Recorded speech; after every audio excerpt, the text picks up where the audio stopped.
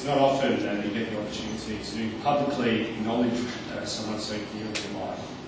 It's my great honour to convey our feelings towards Dad on behalf of the rest of us, on behalf of the children and the children in law. When it comes to Dad, we have so many special memories that we'll remember for the rest of our lives. As you know, Dad was a passionate football supporter. He loved the Port Adelaide Football Club, and indoctrination started at a very early age. Some of the greatest memories that I'll have has been taken to Alton Oval when I was a child. Or whether it was a little bit later, being taken to Football Park, and then when Stephen came along, it was a real boys thing. It was something that we bonded over. I remember in the 2004 Grand Final, Dad had this lucky little Gavin Wanganeen doll that he used to bring out. It's my lucky doll. Shows you the quirky nature of Dad. Family holidays is something that we'll always treasure, and we went on so many growing up. Saying to Stephen had been to every capital city in Australia before he was 3, so he did a lot of travelling. This is just a little funny story that I guess shows a bit of Dad's nature. Growing up, we had amazing Kanga cricket set and football, but it used to have WLPS on it. What's this? That's Westlake Shore Primary School. My dad had the view that if the equipment was to be at school, that it would get lost, but if it was home, it would stay.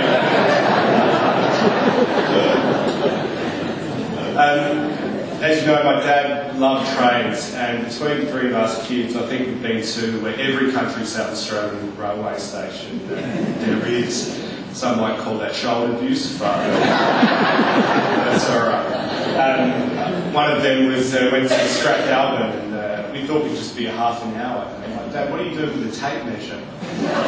3 hours later, after he measured the Strathalbyn railway station to make the model that you see on that table.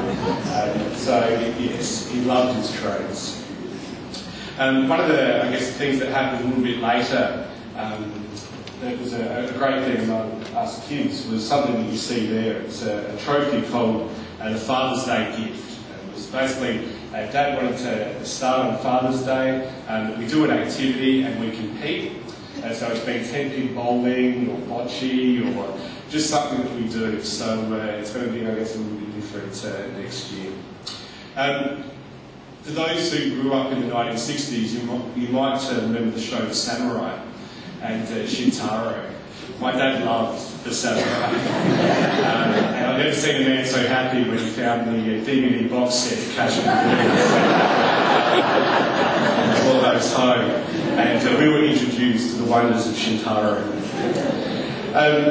We've heard earlier today about Fudgy the rabbit, and Fudgy was very special to my dad. And we didn't have a dog growing up because we went on holidays and things like that, so it was very hard to look after something like that. But Dad had the class pet, it was a rabbit, and Dad had a little harness for Fudgy, and they'd go for little rabbit walks around. It's quite funny. I guess another thing, a special treat when growing up was going to KFC, and we'd sit around the table.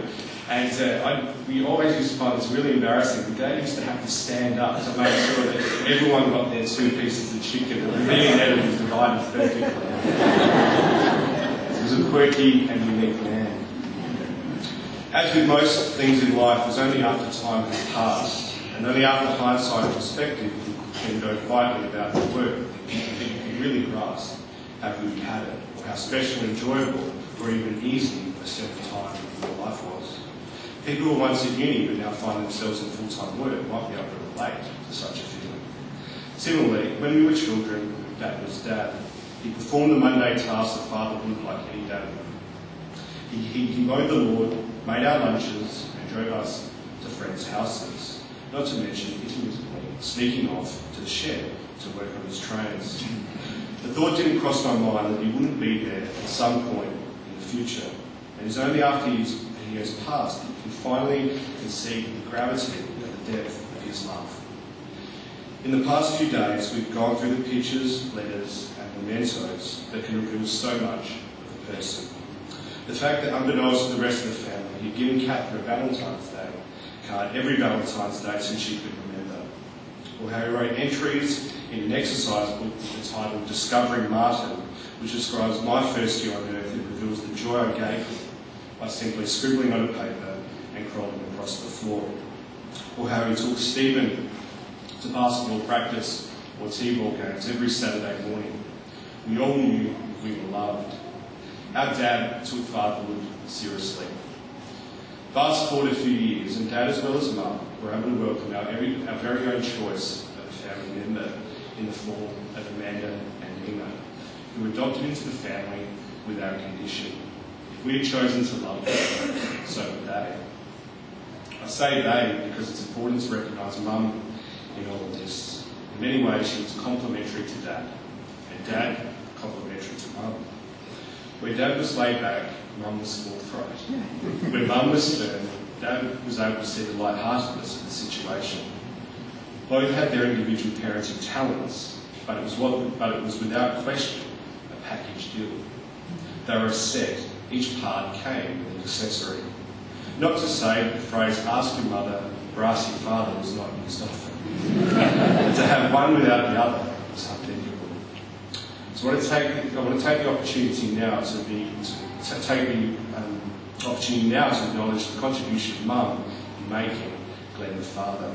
And as a little side note, by Mum simply being the person she is, my deepest gratitude in providing Dad the love of his life.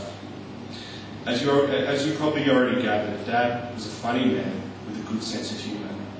It would be remiss of me not to mention that a healthy cynicism was a strong characteristic of Dad's. He'd certainly taken the concept of Murphy's Law to heart. As children, we were reassured that the toast would hit the butter side down. It would rain on the family picnic, and Port Adelaide would lose the football game. As Steve enjoys telling me, on the first day of starting his PhD, Dad said, "Don't work too hard on your career, Steve. All we get at the end is morning tea."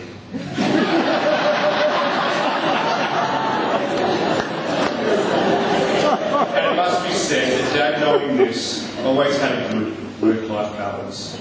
He was very aware that he had a responsibility to be a good worker, but also a greater responsibility to his home life. But as we joked earlier, when it came to housework, it was perhaps Mum who did the work and Dad who did the balancing. That's not true. He did a great deal around the house and supported Mum as an avid handyman.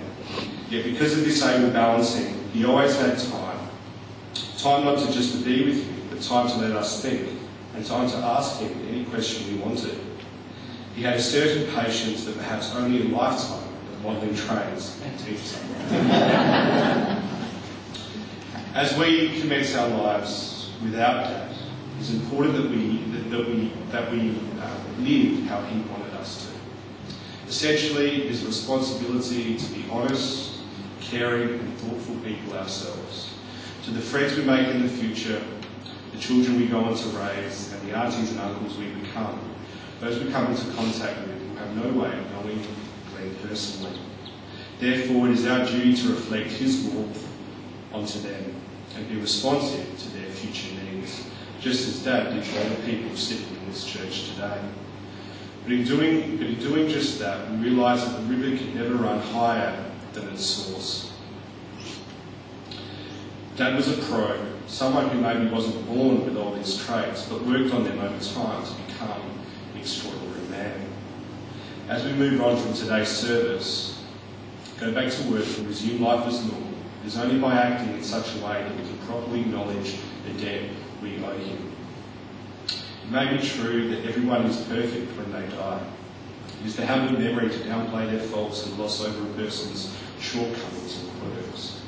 However, when it comes to falsifying perfection in death, the gap between fiction and reality on this occasion is considerably less than what might usually be the case.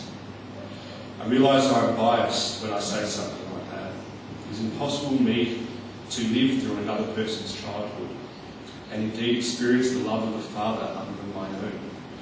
I will only ever have one upbringing to compare, and nothing will to judge that experience against. But as I've tried to do in writing this speech, it is hard to imagine a better role model, mentor, teacher, or friend than Dad. Above all, though, I could not imagine a better father than him. And if it is possible to measure a man's greatness by how good a father he is, our Dad was and remains a truly, truly great man.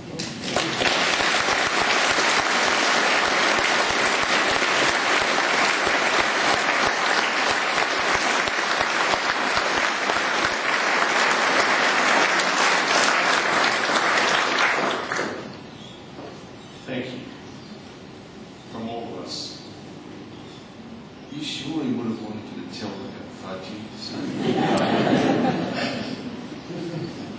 Daddy's going to share with us.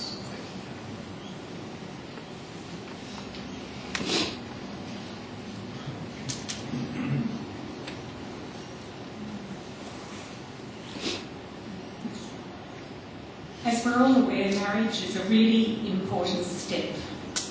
I prayed for many years for a husband. In fact, I was 27 when I married, and Glenn was 23 and a half. Glenn often referred to himself as my toy boy. Sometimes in the midst of the cut and thrust of the marriage, I wondered if I'd made the right decision. However, as I stand here today, I'm so thankful that God placed Glenn in my life and that we stuck together through thick and thin, for richer, for poorer, in sickness and in health. Marriage has a way of refining one's character. Often the thing that attracts a person to someone in the first place is the thing that can cause conflict. What were the things that attracted me to Glenn? He was good looking. He had lovely soft brown eyes. He was intelligent. He was kind and caring. He was a man's man, yet had a lovely soft side to him. And we had similar values. He wanted to live the way God intended us to live, and so did I. It was such fun, always seeing the funny side of things. Glenn had a very easygoing nature, and that was often the cause of conflict. My motto is always fit in as much as you can into every day. Do everything now. But Glenn's was put things off until the next day, or even the day after, or the day after that. Someone once described us as the hare and the tortoise. I would always buzz around, and Glenn and his laconic style would get there in the end. One of the things we learnt was the importance of forgiving each other, an example we learned from our Heavenly Father. As mentioned earlier, we met in January 1976 in Bathurst at a Christian Fellowship conference. In the May, we reconnected at another conference in Melbourne. And in the July, we were both invited to a 21st. Neither of us knew that we knew that same person. We ended up going out to supper with another friend. I mentioned I was going to a square dance, and a week later, and Glenn always told the story that he said, "If you're hard up for someone to go with, I'll go." Well, yes, I was hard up, and I invited him. We would laugh about our first date because Glenn could not ever feel the beat of the music. We were engaged in July of the following year and married on 17th of December 1977. Attending church together and becoming part of a church family was important to us. For both of us to be still in worship and to hear an encouraging or thought-provoking message each week was good for the soul, and that weekly habit sustained us through the ups and downs of life. We attended Grange Baptist for 17 years. They were great days. I loved how the older members were involved in our children's lives. We moved to Hove in 1994, and finally, after our children gave the stamp of approval, we began attending this very church. And what a blessing that has been. Do you know that a meal roster was organised so I didn't have to think about preparing meals over these difficult days? I think that's amazing. What a blessing it is to belong to the family of God. Glenn also found a special friendship with a group of women involved in a Catholic meditation group, and they're here today. Glenn's mum gave me a good piece of advice early in our marriage. It was, try to do things together, not to get into the habit of living separate lives. And so, apart from having separate teaching careers, Glenn and I have done most things together. That is, apart from train meetings and attending football matches. As you know, Glenn had a passion for the Port Adelaide Magpies and the Power, and these teams he followed avidly. He could name players and dates of grand finals won, and if you're not aware, that was quite a few. During our marriage, we lived in and renovated 3 houses at Henley Beach, Fulham Gardens and Hove. We did much of the work ourselves. We also travelled extensively as a family. My family lived in Brisbane, and many Christmas holidays saw us make the long trek up there, usually without air conditioning because the cars we owned seemed to overheat in the hot weather. We owned a camper trailer for many years and had extended holidays around Australia. On our 25th wedding anniversary, we returned to New Zealand where we had our honeymoon. We took the family and camped around New Zealand. As a family, we also visited our dear friend Kazuo Sakimi in Japan, and as John mentioned, he's amazingly travelled to be with us today. Glenn and I also visited the US, Malaysia, Thailand, China, Turkey, Egypt, Korea, Europe, and we've been to the UK 4 times. We were homestay parents for 16 years and have hosted over 100 international students in our home, and I think that's also a credit to our children as well that they put up with that. Not that, I mean, it was great, but having someone in the home like that, it just made actually our family very special too. Glenn was both intellectual and practical. I will miss greatly our discussions on current affairs, theological and social issues. Glenn had the ability to see things differently. He had great insights.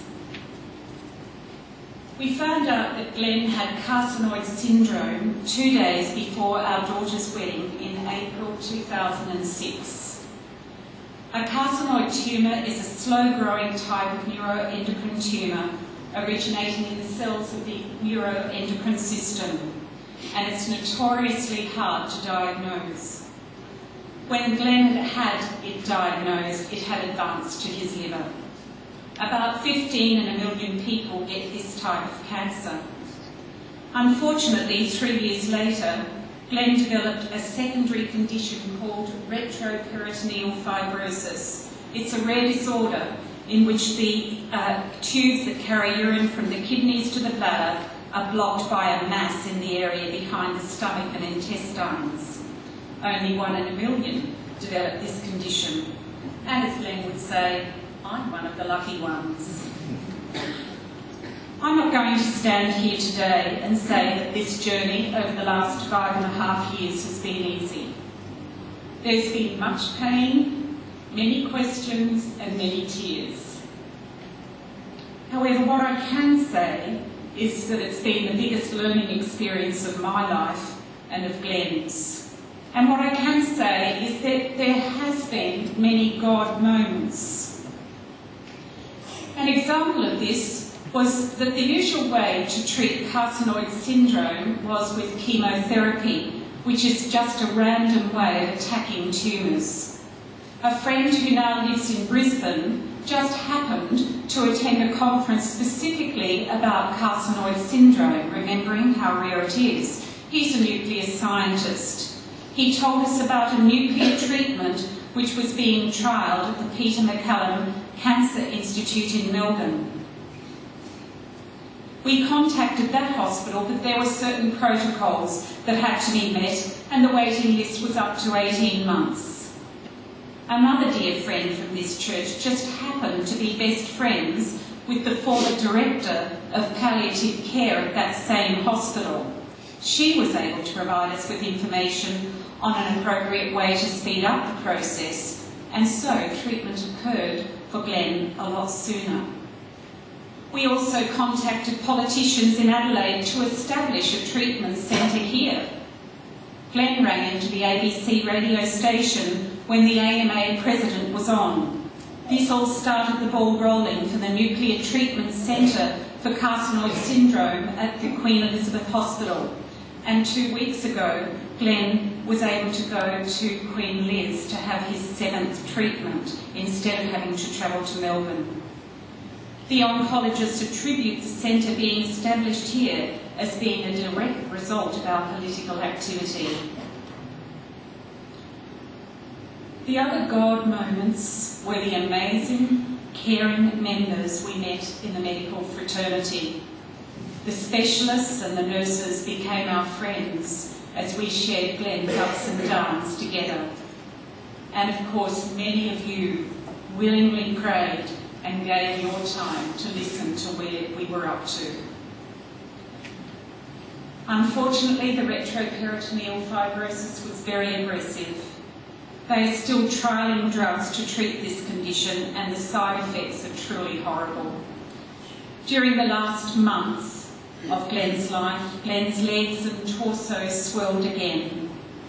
3 years ago this had occurred, but the doctor's trial of putting stents in the inverted Y vein leading to the heart, and this successfully, 3 years ago, drained the trapped fluid. They'd never done this before. However, an operation to widen the stent 3 weeks ago didn't have the desired effect, and Glenn was still left with hugely swollen legs. Antibiotics were given to Glenn, but left him with thrush down his throat and he was unable to eat. In the end, Glenn couldn't wait there. He did his best to sip nutritional drinks to keep him alive. He and I so wanted him to live, but it wasn't to be. In my more rational moments, I know that his death has put an end to the incessant pain he bore for probably the last 4 years. However, I do know that he is at peace. All of my wonderful children were with Glenn at the end, and John, our sensitive, caring pastor. It was as John finished praying that Glenn breathed his last.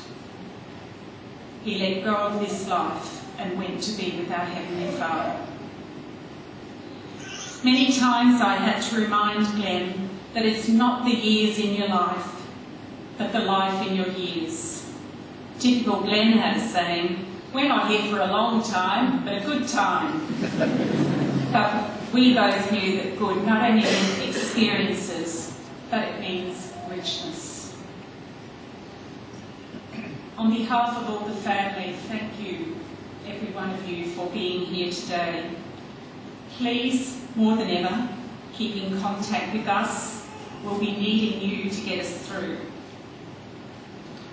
I received an email from a long-lost friend last Wednesday. I thought it gave a wonderful summary of Glenn.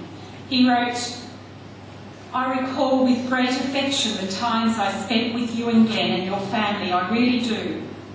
I also thoroughly enjoyed my time talking to Glenn when by ourselves, discussing politics and religion and everything else.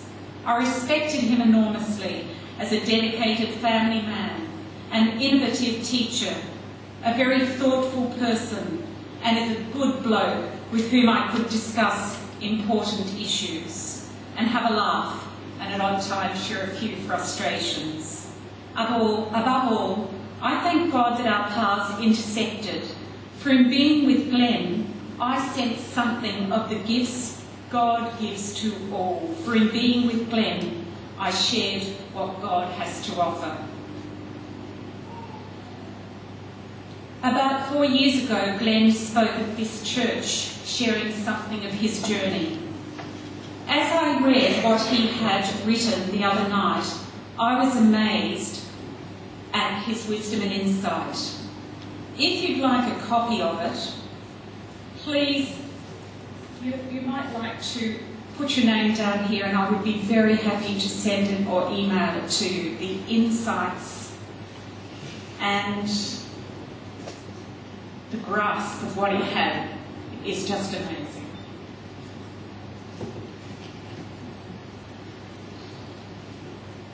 Toward the end of his message, Glenn said, "Getting cancer caused me to prune my life up a bit. I'm shooting in places I never expected, and hopefully the fruits I will bear will last beyond my death." I was so blessed to be Glenn's wife.